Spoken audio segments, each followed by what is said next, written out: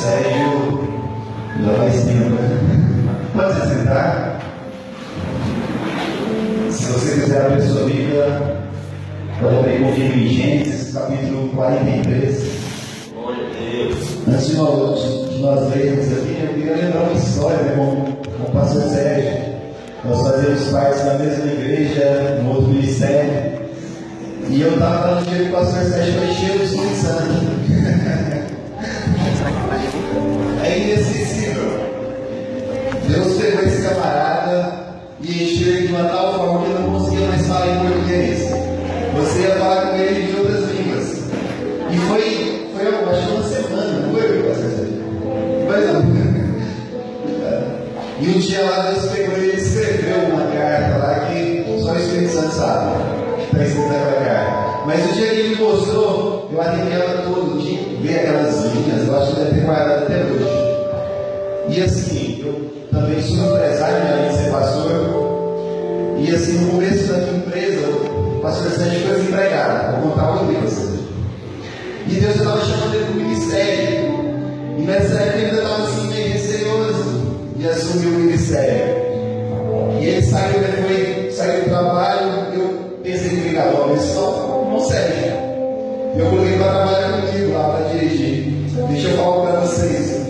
Menos de um mês, ele deu tudo errado. quase que eu quebro lá. O irmão Sérgio não deu nada certo.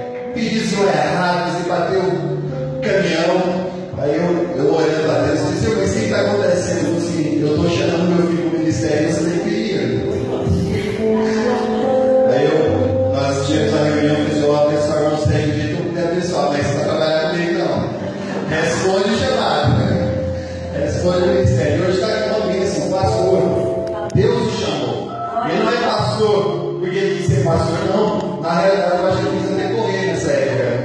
Mas ele se tornou pastor porque Deus chamou ele para ser. Vamos fazer mais uma oração, Pai? Eu quero te pegar esse momento aqui, Senhor, da palavra. Porque a tua palavra é viva, ela é eficaz, ela é mais cortante e penetrante que uma espada de 2 fios. Ela é capaz de discernir juntas e medulas. Ela é apta para entrar no coração e discernir as intenções dos corações, Pai. Então que a tua palavra possa cumprir o propósito ao qual ela vai ser designada nessa noite. Espírito Santo de Deus, que seja somente a tua palavra, que ali seja apenas um canal para você, Espírito. Que a palavra do Senhor seja aquela igreja que o Senhor necessita, Pai, para esses últimos dias que nós estamos vivendo, Pai. Assim eu oro em nome de Jesus. Amém, amados. Gênesis capítulo 43. O pastor Sérgio não me passou o tema aqui da festa. Foi até bênção isso. Que eu não vou pegar isso no tema, não. Mas eu tenho uma palavra de Deus para você, amém? 43, versículo 34, diz assim: então eles serviram da comida da mesa de José, e a porção de Benjamim era 5 vezes maior que a dos outros, e eles festejaram e beberam à vontade. O tema da minha ministração hoje é que estamos na geração de Benjamim. Aí você pode me perguntar, mas pastor Everson, quem que é Benjamim? Não se ouve muito falar e pregar sobre Benjamim. Nós ouvimos muitas pregações falando sobre a geração de Samuel, o profeta Samuel. Aquele que desde criança, desde a infância, Deus o chamou. Falava com ele, ele já ouviu a voz de Deus, assim quando ele tinha 8 anos, 9 anos de idade. Ele já ouviu a voz de Deus, Deus o chamou para o ministério.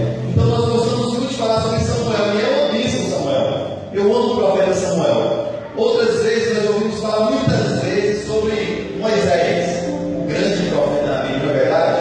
Aquele que tocou o cajado e o mar vermelho se abriu. Eu tive a oportunidade de estar lá em Israel e de estar lá no local que o mar se abriu.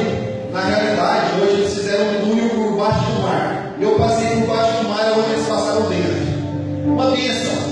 Eu ficava imaginando ali naquele lugar, eu fiquei bem pensando, por que o nome é mar vermelho, né? Tem uma coisa levada, na realidade não, são as rochas que estão em volta do mar, que são todas vermelhas. E no local que eles entraram, para passar em terra seca. É um lugar muito bonito, com rochas vermelhas. Eu fiquei imaginando, se eu estivesse junto ali com Moisés, eu ia pegar o dedinho assim, ia passar aquela parede de água assim, fora, até chegar do outro lado. Porque eu queria curtir aquele momento. Porque um grande profeta de Deus se levantou, que foi Moisés. Então nós gostamos de falar sobre Moisés, não é verdade? A geração de Moisés, de grandes profetas de Deus, também é verdade. Ou senão nós poderíamos falar também sobre Elias. Imagina você sendo Elias, seu sonho de Deus cai fogo do céu aqui, mata esse camarada aqui e prega um Deus diferente. Não é um grande profeta? Não é verdade? Mas quem é Benjamim? Por que você resolveu falar de Benjamim nessa noite? Não tem nenhuma obra extraordinária sobre ele, não fez muita coisa, mas você vai entender pelo momento que nós estamos passando no Brasil. No final da administração você vai entender. Mas antes de começar a falar sobre Benjamim, eu queria falar sobre os pais dele. Quem são os pais de Benjamim? Você lembra? Jacó, Raquel. E tinha a outra esposa, que era Lia. E o pai, da Raquel deu um tombo lá no Jacó, deu um nó nele, e deu uma outra filha para casar primeiro, antes de Raquel. E deixa eu te falar algo. Duas mães ficaram cuidando desses rapazes, e eles se tornaram 12 filhos, 12 tribos de Israel. Mas Benjamim tinha um irmão mais velho, legítimo, filho da mesma mãe. Você lembra quem que é? José, o famoso José do Egito. Eu também tive a oportunidade de ir no Egito. E deixa eu te falar, até hoje ele é muito famoso e muito reconhecido no Egito, o José. Para você ter uma noção, tanto que ele é reconhecido no Egito, que até hoje, a cada 10 crianças que nascem, 8 se chamam José, por causa dele. Mohammed se chama, é o mesmo que José. Já viu o tanto de Mohammed que tem? É impressionante. Sabe por quê? Por causa de José, que nem egípcio não é, é um judeu, filho de Jacó. Deixa eu te falar, as duas mães que criaram os dois filhos, Raquel e Lia. A Lia, você já parou para estudar sobre o nome dela? O nome de Lia significa fraca e cansada. E Lia, ela teve 10 filhos. A palavra de Deus diz em Romanos que a lei se tornou fraca para reproduzir santidade em nós. Então ele teve que enviar o seu Espírito Santo para reproduzir a santidade de Deus em nós. Então a representação que veio primeiro foi a tábua dos 10 mandamentos. Mas hoje nós somos guiados não pelas tábuas, hoje nós somos guiados pelo Espírito Santo de Deus. Não é verdade? Então os 10 mandamentos não tiveram o resultado que Deus queria para conosco. Então ele teve que trazer uma nova aliança feita no sangue dele. E o nome Lia, mãe de 10 filhos, significa fraca e cansada. Agora Raquel, o que significa Raquel? Significa cordeiro. E deixa eu te falar, o cordeiro morreu para nascer Benjamim. No dia que Benjamim nasceu, o cordeiro morreu. A Raquel, a mãe, morreu no dia que Benjamim nasceu. Mas ela não tinha somente Benjamim. Antes de Benjamim nasceu um filho mais velho, que é o José. E antes de nós irmos agora para a história de Benjamim, eu queria falar para você um pouco de José. José do Egito. José do Egito é o maior personagem bíblico que expõe Jesus no Novo Testamento. Eu comecei a estudar sobre José do Egito e fazer algumas comparações sobre José e sobre Jesus. Eu queria falar algumas coisas para você. Amém? Amém. Começando pelo nome. José e Jesus têm a mesma origem. E ambos os nomes significam salvação. Olha aqui, que interessante. José e Jesus têm a mesma origem do nome. Não se menciona pecado nem de José e também de Jesus também. A Bíblia fala que José é o filho amado do Pai. Te lembra alguma coisa? José foi enviado do Pai aos irmãos. José foi invejado e rejeitado pelos irmãos. Seus irmãos o odiaram por causa do seu testemunho. Também foi odiado pela glória que viria de ter no futuro. Você lembra quando ele contou os sonhos dos irmãos? Os irmãos se revoltaram contra ele, porque a posição que ele se tornaria, ele seria maior do que todos, os outros se prostrariam diante dele. Quando ele contou esse sonho, que no final da história, os irmãos se prostrariam diante dele, eles ficaram revoltados. Você pensa que você vai ser maior do que nós? Então eles se revoltaram pela glória que ele teria no futuro. Assim como Jesus foi alvo de conspiração dos seus irmãos, como Jesus foi vendido pelos irmãos. E o que eu achei mais espetacular nas Escrituras: quem vendeu Jesus? Judas. Quem que vendeu José? Você sabe? Judá. Agora você sabia que Judas e Judá é a mesma palavra? Judá é no grego ou no hebraico, e Judas no grego, na Nova Aliança, no Novo Testamento. Ambas palavras são as mesmas. Quem vendeu Jesus foi Judá ou Judas. Quem vendeu José foi Judá ou Judas. E vendeu pelo quê? Por algumas moedas de prata. Não foi a mesma quantidade, né? Jesus foi 30, José foi um pouco menos. Mas olha a história de Jesus sendo reproduzida dentro do Velho Testamento. O Novo Testamento sendo mostrado quando ainda nada ele havia. Você consegue enxergar essas comparações? Ainda tem mais. A Bíblia diz que José venceu a tentação. Você lembra de Jesus no deserto? Vencendo a tentação, vencendo o diabo. Adorará somente o Senhor teu Deus. Foi condenado injustamente. Foi condenado no meio de dois pecadores. Olha que extraordinário. Lembra da cadeia? Quando José foi enviado para a cadeia, lá tinha dois homens que foram colocados junto com ele, o copeiro e o padeiro, lá na cadeia. E lá na cadeia, José deu a palavra de salvação para um dos dois. Você lembra disso? E Jesus na cruz do Calvário deu uma palavra de salvação para um dos dois. Ele falou: hoje mesmo estarás comigo no paraíso. E José na cadeia falou para um dos dois: você vai voltar a servir nas mãos do rei. Não é verdade? E Jesus falou: você vai encontrar no paraíso. E com certeza José encontrou aquele copeiro quando ele foi levantado como governador lá do Egito. Vamos lá.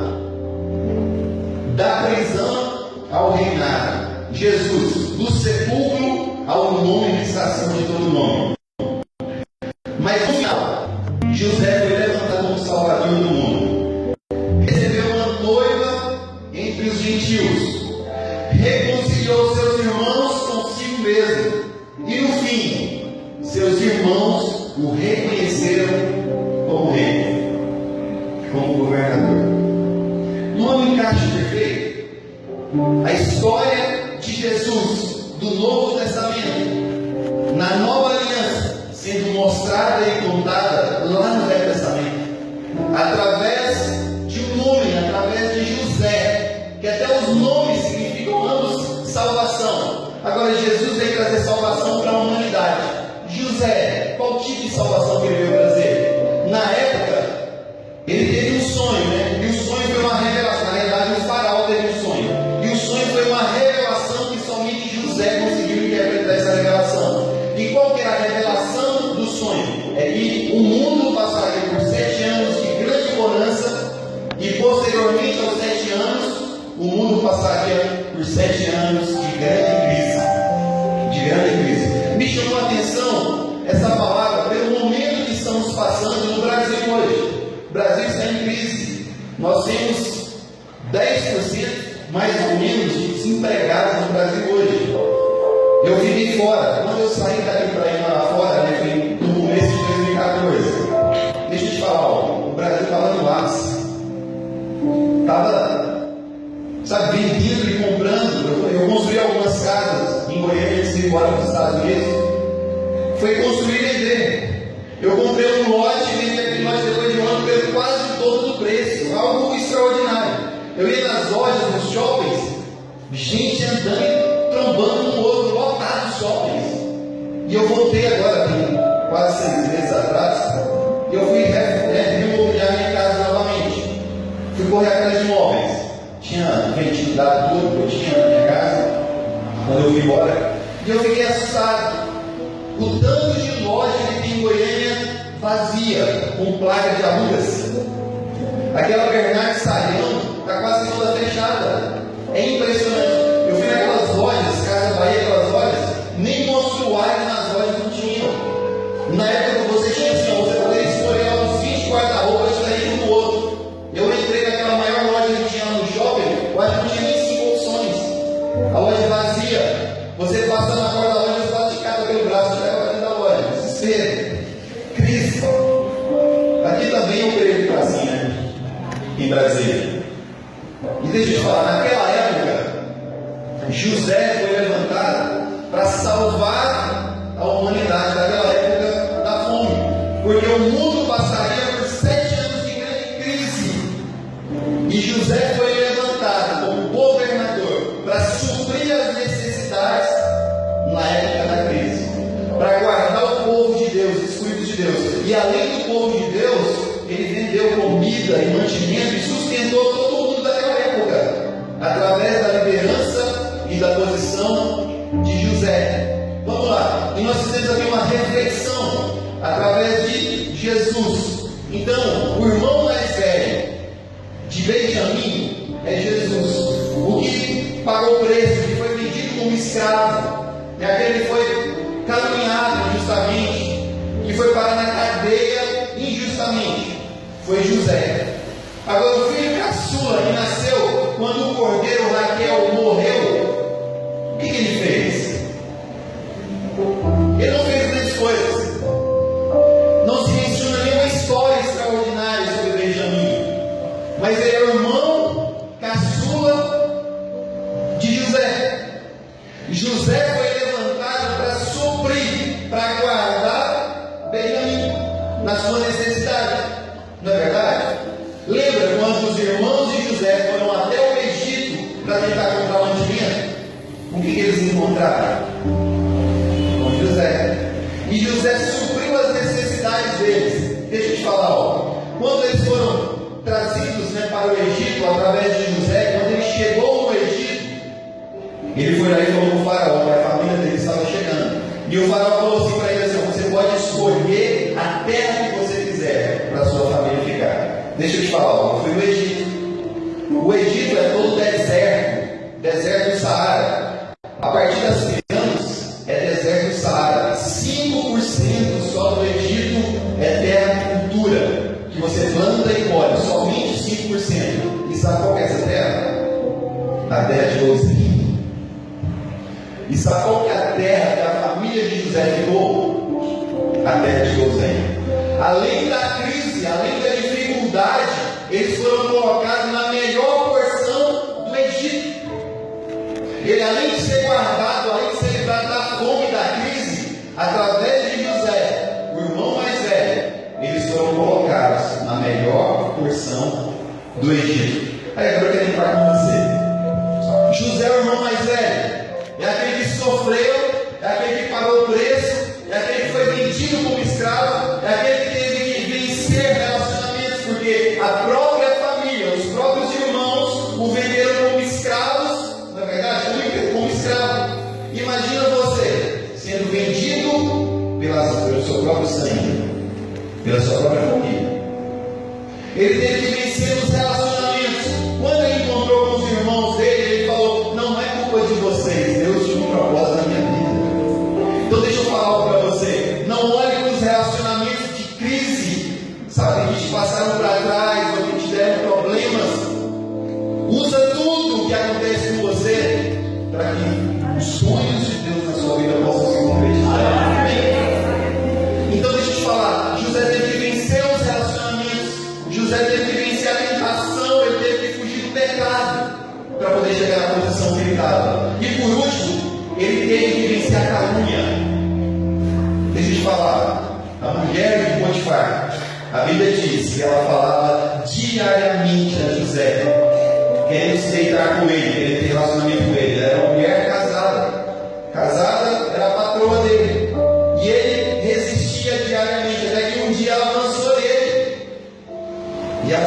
ficou na mão dela e ele, ó, perna para quem tem. Não vou pegar contra o meu Senhor nem contra o meu Deus.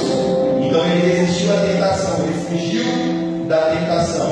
Mas a mulher acusou ele, ele quis me violentar. E ele foi preso, caluniado, injustamente. E foi para pedir uma prisão. Mas depois da prisão ele se tornou governador. Olha que maravilha que Deus faz. Então eu quero te falar o seguinte: não olhe para os testes, não olhe para as crises, para os relacionamentos quebrados. Não, usa tudo como um degrau de escada para você vencer em Deus. Amém? Amém. Então, se o irmão mais velho é José, se o irmão mais velho pagou o preço, se o irmão mais velho fez tudo o que tinha que fazer, quem que é Benjamim? Sou eu. É você. Sabe por quê? Jesus, ele teve que pagar o preço de cara. O cordeiro Raquel teve que morrer para o Benjamim nascer. Jesus teve que ir para a cruz do Calvário. Jesus teve que ter uma coroa de espinhos na sua cabeça. Ele foi chicoteado. Cuspiram no seu rosto. Pregaram ele numa cruz. Enfiaram uma lança no seu lado. E ele morreu. Para quê? Para o Benjamim nascer. Porque a palavra de Deus diz que ele é o primogênito. Ele é a primícia. Mas deixa eu te falar, na morte e ressurreição de Jesus, foi para que ele formasse uma igreja, uma família. Foi para que ele levasse um punhado de filhos a Deus. Os Benjamins. Os Benjamins de Deus.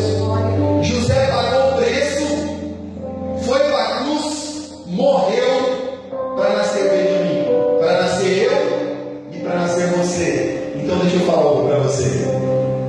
Nós estamos em crises, estamos em dificuldades como país, mas deixa eu falar para você, você tem um irmão mais velho. Você tem que estar ansioso, angustiado, preocupado. Sabe por quê? Porque você tem um irmão que cuida de você. Glória a Deus. Não importa as crises, Benjamim, o que ele fez para merecer? Vamos ver o que ele recebeu? Glória a Deus. No versículo 29, olhando ao redor e vendo seu irmão Benjamim, filho de sua mãe,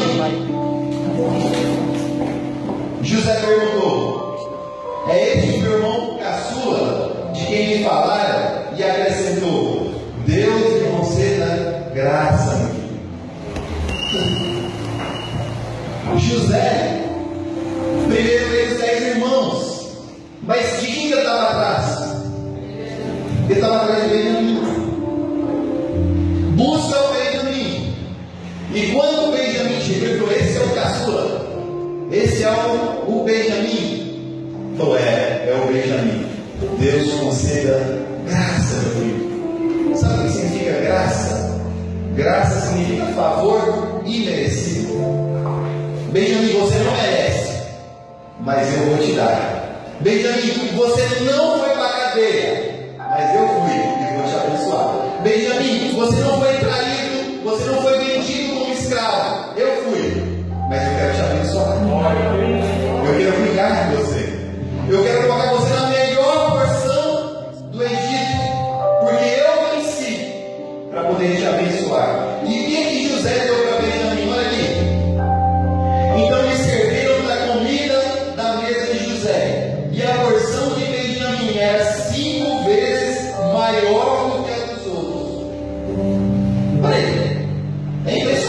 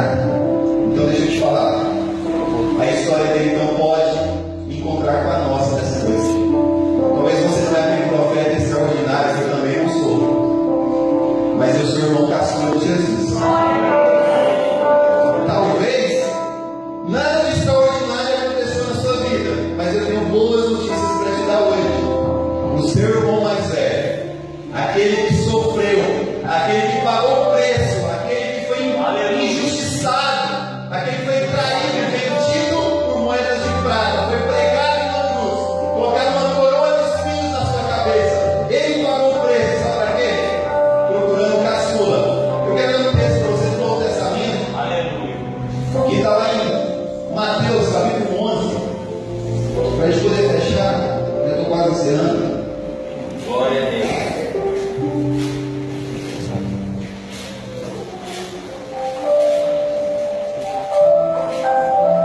Mateus 11, verso 11 ao 15.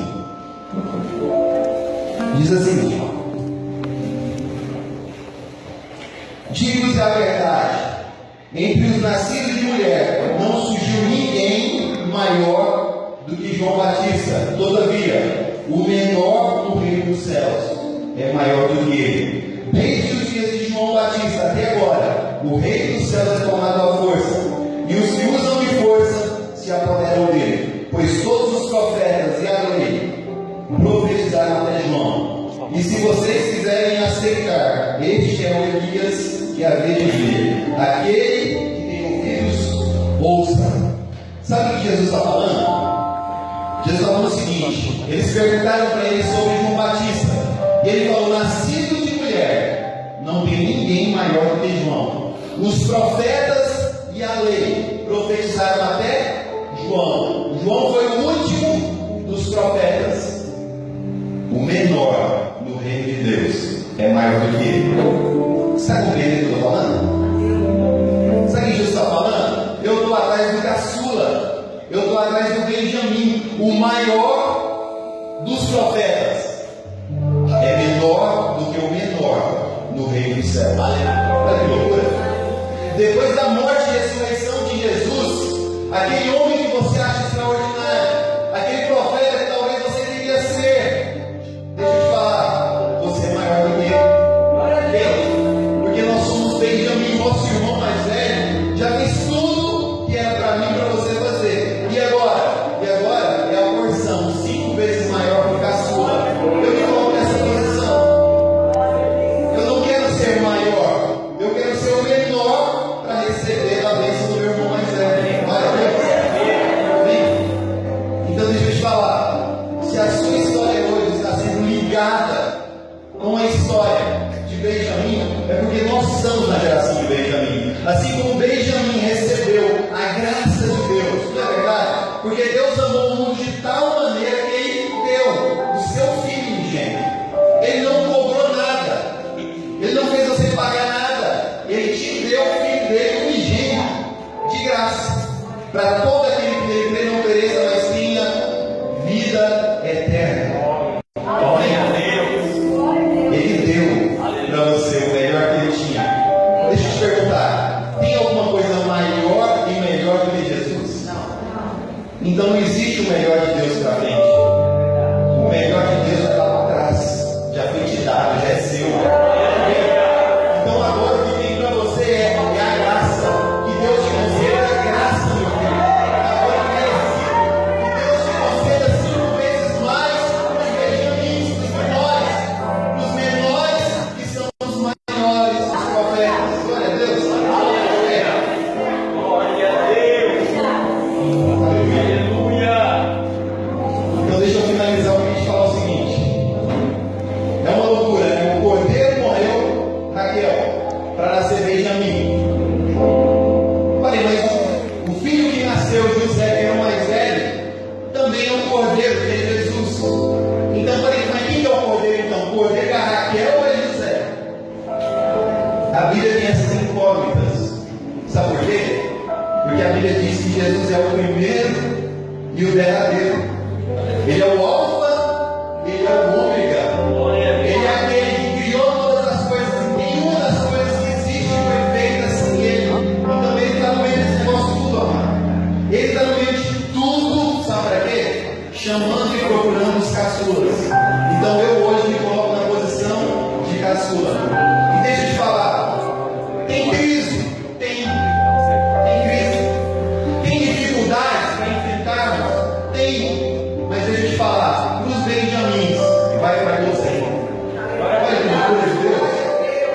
A questão agora não é o governo, entende o que eu estou falando? A questão não é as circunstâncias que nós estamos passando. A questão é quem cuida de você. Quem cuida de você? Deixa eu te falar, quem cuida de mim é o meu irmão mais velho. Eu tenho sido mais abençoado agora do que antes. Porque eu me coloquei nessa posição.